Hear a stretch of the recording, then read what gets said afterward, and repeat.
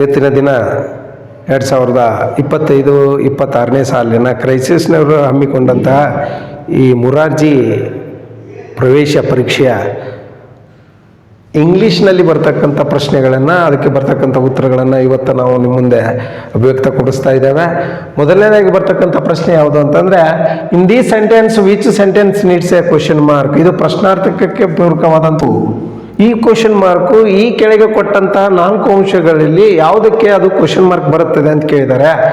ಈ ಒಂದು ಕ್ವಶನ್ಗೆ ಸರಿಯಾದ ಉತ್ತರ ನೀವು ಹೇಳೋದಾದ್ರೆ ಅದು option number 3, how old are you. ಇಲ್ಲಿ ಏನ್ ಮಾಡ್ತಾರೆ ಅಂದ್ರೆ ಪ್ರಶ್ನೆ ಬರ್ತಕ್ಕಂಥ ವಾಕ್ಯ ಇರ್ತದೆ. ಅದರ ಉತ್ತರ ಯಾವುದು? 21ಕ್ಕೆ ಆಪ್ಷನ್ 3 ಕರೆಕ್ಟಾ? ಅರ್ಥ ಆಯ್ತಾ ನಿಮಗೆ? ಹಾಗೆ 22ನೇ ಕ್ವಶನ್ ನೋಡಲಾಗಿ pick out the word which does not belongs to the group ಬಂದಿದ್ದಾರೆ. ಇಲ್ಲಿ 4 ವರ್ಡ್ಗಳನ್ನ ಕಾಣ್ತಾ ಇದ್ದೇವೆ, ಜಗ್ಗು, ಥಬ್ಬು, ಫುಟ್ಟು ಮತ್ತು ಬನ್ ಅಂತೇಳಿ.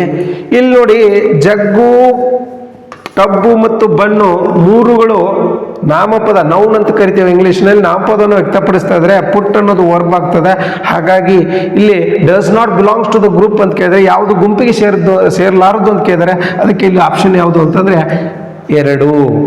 ಅದು ಯಾವುದು ವರ್ಡ್ ಅಂದರೆ ಪುಟ್ಟು. ಅದೇ ರೀತಿಯಾಗಿ ನೆಕ್ಸ್ಟ್ ಬರ್ತಕ್ಕಂಥ 23ನೇ ಕ್ವಶನ್ ನೋಡಲಾಗಿ ಫೈಂಡ್ ದ ರಿಲೇಟಿಂಗ್ ವರ್ಡ್ ಅಂತ ಕೇಳಿದ್ದಾರೆ. ಹಾಗಾದ್ರೆ ಈ ಆಫ್ಟರ್ನೂನ್ಗೆ ಪೂರಕವಾದಂಥ ಪದ ಯಾವುದು ಅಂತಂತಂದ್ರೆ ಲಾಂಚ್ ಅಂತ ಆಗ್ತದೆ. ಲಂಚ್ ಅಂತ ಆದ್ರೆ ಮಾರ್ನಿಂಗಿಗೆ ಏನಾಗುತ್ತೆ ಅಂದ್ರೆ ಮಾರ್ನಿಂಗಿಗೆ ನಾವೇನಂತ ಟಿಫಿನ್ ಅಂತ ಕರಿತಾರೆ. ಟಿಫಿನ್ ಅಲ್ಲ, ಅದು ಬ್ರೇಕ್ಫಾಸ್ಟು. ಲಂಚ್ ಅನ್ನೋದು ಏನಾಗಿರ್ತದೆ ಅಂದ್ರೆ ಮಧ್ಯಾಹ್ನ ಮಾಡ್ತಕ್ಕಂಥದ್ದಾಗಿದ್ರೆ, ಸಪ್ಪರು ರಾತ್ರಿ ಆಗಿದ್ರೆ, ಇದು ಡಿನ್ನರ್ ಕೂಡ ಮಧ್ಯಾಹ್ನಕ್ಕೆ ಸಂಬಂಧಪಟ್ಟಂಥದ್ದಾಗಿರ್ತದೆ. ಹಾಗಾಗಿ ಈ ಒಂದು ಪ್ರಶ್ನೆಗೆ ಸರಿಯಾದ ಉತ್ತರ ಅಂದ್ರೆ ಆಪ್ಷನ್ ನಂಬರ್ 2. ಅದೇ ರೀತಿಯಾಗಿ 24ನೇ ಕ್ವಶನ್ ನೋಡಲಾಗಿ we ordered large pizza for lunch ಅಂತ ಕೇಳಿದ್ದಾರೆ. ಹಾಗಾದ್ರೆ ಇದರಲ್ಲಿ ಕೇಳಿದ್ದು ಏನು ಅಂತಂದ್ರೆ ಎಡ್ಜೆಕ್ಟಿವ್. ಎಡ್ಜೆಕ್ಟಿವ್ ಅಂತಂದ್ರೆ ನಾಮವಿಶೇಷಣ. ಯಾವುದು ಒಬ್ಬ ವ್ಯಕ್ತಿಯನ್ನು ಹೊಗಳ್ತದೋ ಅಥವಾ ನಾಮಪದವನ್ನು, ವ್ಯಕ್ತಿ, ಸ್ಥಳ ಅಥವಾ ಒಂದು ವಸ್ತುವನ್ನು ಹೊಗಳ್ತೋ ಅದಕ್ಕೆ ಏನಂತ ಕರಿತೀವಿ ನಾವು? ನಾಮವಿಶೇಷಣ, ಎಡ್ಜೆಕ್ಟಿವ್ ಅಂತ ಕರಿತೇವೆ. ಹಾಗಾದ್ರೆ ಇಲ್ಲಿ ನೋಡಲಾಗಿ ಇಲ್ಲಿ ಇರ್ತಕ್ಕಂಥದ್ದು, ಇಲ್ಲಿ ಒಂದು ನೌನ್ ಇದೆ, ಇದನ್ನೇ ಡಿಸ್ಕ್ರೈಬ್ ಮಾಡ್ತಕ್ಕಂಥ ವರ್ಡ್ ಯಾವುದು ಅಂದ್ರೆ ಲಾರ್ಜ್. ಹಾಗಾಗಿ ಇಲ್ಲಿ ಉತ್ತರ ಯಾವುದು ಅಂತಂದ್ರೆ option number 2. A holy man is called a monk. A learned person is called as. ಇದನ್ನು ಯಾವ ಆಧಾರದ ಮೇಲೆ ಕೇಳಿದಾರೆ ಅಂದ್ರೆ ಗಿವ್ ಒನ್ ವರ್ಡ್ ಆಧಾರದ ಮೇಲೆ ಕೇಳಿದಾನೆ. ಇದೊಂದು ವಿದ್ಯಾರ್ಥಿಗಳಿಗೆ ಸ್ವಲ್ಪ ಕಠಿಣ ಅನಿಸ್ತಾ ಇರ್ಬೋದು. ಆದ್ರೆ ಇಲ್ಲಿ learned person is called as ಅಂತಂದ್ರೆ ಇಲ್ಲಿ ಆಪ್ಷನ್ ನಂಬರ್ 2 ಆಗುತ್ತೆ. ಅದು ಯಾವ್ದಂದ್ರೆ ಸ್ಕಾಲರು. ಹಾಗೆ 26 ತಗೊಂಡ್ರೆ choose the grammatically correct sentence in option given below. ಇಲ್ಲಿ ವ್ಯಾಕರಣಬದ್ಧವಾಗಿ ಯಾವ ಒಂದು ವಾಕ್ಯ ಸರಿಯಾಗಿದೆ ಅನ್ನೋದನ್ನ ಅವರು ಕೇಳಿದ್ದಾರೆ. ಹಾಗಾಗಿ ಇಲ್ಲಿ ಇದನ್ನು ನೋಡಲಾಗಿ ಇಲ್ಲಿ Lucy tells us stories every day, ಇದು ಕೂಡ ಕರೆಕ್ಟ್ ಆಗ್ತದೆ. 27ನೇ ಪ್ರಶ್ನೆ, the best way to express gratitude is. Gratitude ಅಂತಂದ್ರೆ ಅಭಿನಂದನೆ ಸಲ್ಲಿಸ್ತಕ್ಕಂಥದ್ದು, ಮರಳಿ ಪ್ರತಿಕ್ರಿಯೆ ನೀಡ್ತಕ್ಕಂಥದ್ದು. ಅದಕ್ಕೆ ಇದಕ್ಕೆ ಸರಿಯಾದ ಉತ್ತರ ಯಾವುದು ಅಂತಂದ್ರೆ option number 2, say thank you. Next ಬರ್ತಕ್ಕಂಥ ಪ್ರಶ್ನೆ, a group of people is called crowd. ಒಂದು ಸಮೂಹ, ಜನ ಸಮೂಹವನ್ನು ಏನಂತ ಕರಿತೇವೆ ಅಂದ್ರೆ ನಾವು ಗದ್ದಲ ಅಂತ ಕರಿತೇವೆ.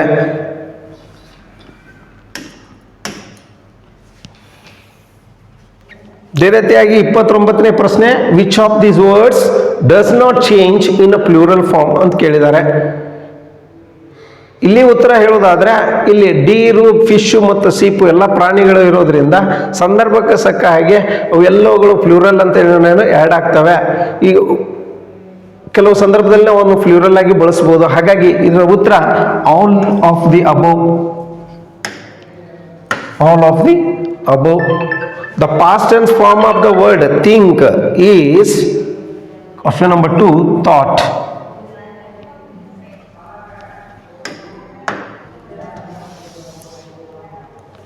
Next one, in given options choose the possessive word ಅಂತ ಕೇಳಿದ್ದಾರೆ.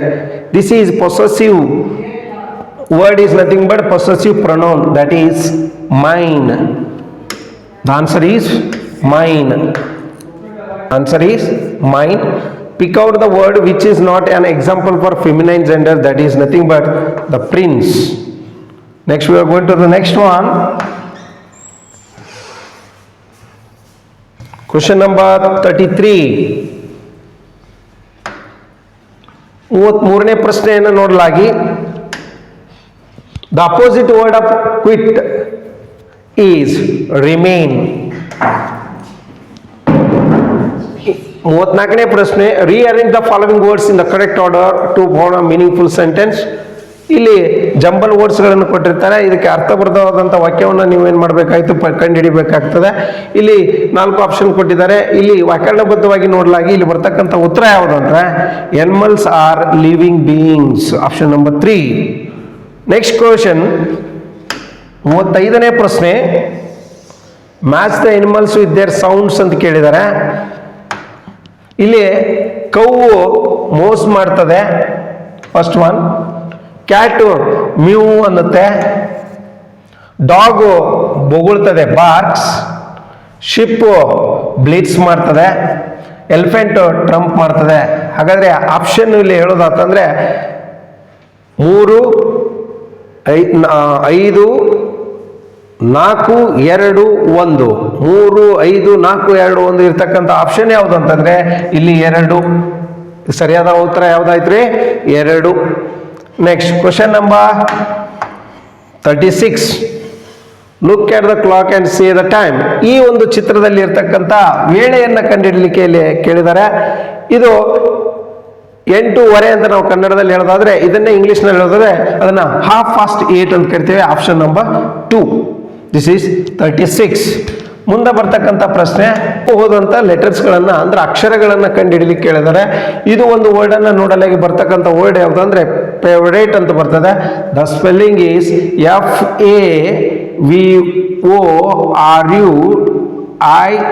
FAVORUITE, favourite. ಹಾಗಾದ್ರೆ ಉತ್ತರ ಯಾವುದು ಅಂತಂದ್ರೆ option number 3. Pick out the words with silent letters from the list given below.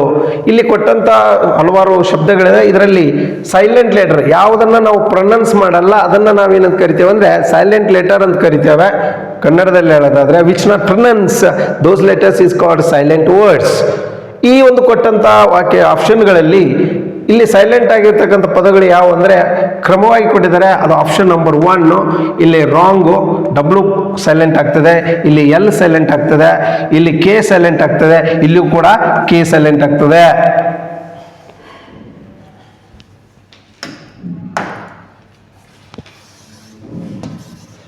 ಮೂವತ್ತೊಂಬತ್ತನೇ ಪ್ರಶ್ನೆ right the words given below in alphabetical order. ಇದು dictionary ಆಧಾರವಾಗಿ ಏನ್ ಮಾಡಿದ್ದಾರೆ, ಈ ಪ್ರಶ್ನೆಯನ್ನ ಕೇಳಿದ್ದಾರೆ. ಇಲ್ಲಿ ಫಸ್ಟಿಗೆ ಬರ್ತಕ್ಕಂಥದ್ದು ಯಾವುದು ಅಂತಂದ್ರೆ ಮೇಡಮ್. ಫಸ್ಟಿಗೆ ಬರ್ತಕ್ಕಂಥದ್ದು ಮೇಡಮ್, ಆಮೇಲೆ ಮ್ಯಾಂಗೋ ಬರ್ತದೆ, ಆಮೇಲೆ ಮ್ಯಾರೇಜ್ ಬರ್ತದೆ, ಆಮೇಲೆ ಯಾವ್ದು ಬರ್ತದೆ ಅಂದ್ರೆ ಮಾಸ್ಟರ್ ಬರ್ತದೆ. ಹಾಗಾದ್ರೆ ಇವು 4 ಕ್ರೋನೋಲಾಜಿಕಲಿ ಆರ್ಡರ್ ಇರೋದು ಯಾವುದು ಅಂತಂದ್ರೆ this is the first one, this is second one, this is third one, this is fourth one. ಹಾಗಾದ್ರೆ ಆಪ್ಷನ್ ಒಳಗೆ ನೋಡಲಾಗಿ ಉತ್ತರ ಯಾವುದು ಅಂತಂದ್ರೆ 4. ಕೊನೆಯ ಪ್ರಶ್ನೆ ಸಾಲ್ವ್ ದ ರೈಡಲ್. ಇಲ್ಲಿ ಒಗಟುಗಳನ್ನು ಕೊಟ್ಟಿದ್ದಾರೆ. ರೈಡಲ್ ಅಂದ್ರೆ ಒಗಟು.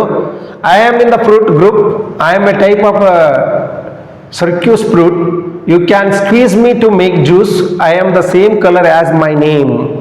ಇವು 4 ವಾಕ್ಯಗಳನ್ನ ಓದಾದ ಮೇಲೆ ಇವುಗಳನ್ನು ಒಳಗೊಂಡಂತ ಒಂದು ಹಣ್ಣಿನ ಹೆಸರನ್ನ ಕೊಡ್ರಿ ಅಂತ ಕೇಳಿದ್ರೆ ಅದು ಏನ್ ಮಾಡ್ತದೆ, ಏನಾಗುತ್ತೆ ಅನ್ನೋದು ಹೇಳಿದರೆ ಇದರ ಒಂದು ಉತ್ತರವನ್ನು ನಾವು ಹುಡುಕೋದಾದ್ರೆ ಇದಕ್ಕೆ ಸರಿಯಾದ ಉತ್ತರ ಯಾವುದು ಅಂತಂದ್ರೆ ಆರೆಂಜ್, ಆಪ್ಷನ್ ನಂಬರ್ 2. ಹೀಗೆ ಇವತ್ತು ನಡೆದಂತ ಎಲ್ಲ ಒಂದು ಆಂಗ್ಲ ಭಾಷೆಗೆ ಇಂಗ್ಲಿಷ್ ಭಾಷೆಗೆ ಸಂಬಂಧಪಟ್ಟಂತೆ 20 ಪ್ರಶ್ನೆಗಳಿಗೆ ಇಲ್ಲಿ ನಾವು ಉತ್ತರಗಳನ್ನು ನೀಡಿದ್ದೇವೆ. ಅವುಗಳನ್ನು ನೀವು ತಿಳ್ಕೊಂಡು ಅದ್ರ ಬಗ್ಗೆ ಹೆಚ್ಚಿನ ಮಾಹಿತಿ ಬೇಕಂತಂದ್ರೆ ಅವನಿ ಕೋಚಿಂಗ್ ಕ್ಲಾಸಸ್ ಗದಗ್ ಅಂತೇಳಿ ಕೆಳಗೆ ನಿಮ್ಮ ಸ್ಕ್ರೀನ್ ಮೇಲೆ ಬರ್ತಕ್ಕಂಥ ನಂಬರಿಗೆ ಕಾಂಟ್ಯಾಕ್ಟ್ ಮಾಡಿದರೆ ನಿಮಗೆ ಹೆಚ್ಚಿನ ಮಾಹಿತಿಯನ್ನು ಕೊಡಲಾಗ್ತದೆ. ಥ್ಯಾಂಕ್ ಯು, ಧನ್ಯವಾದಗಳು, ನಮಸ್ಕಾರ.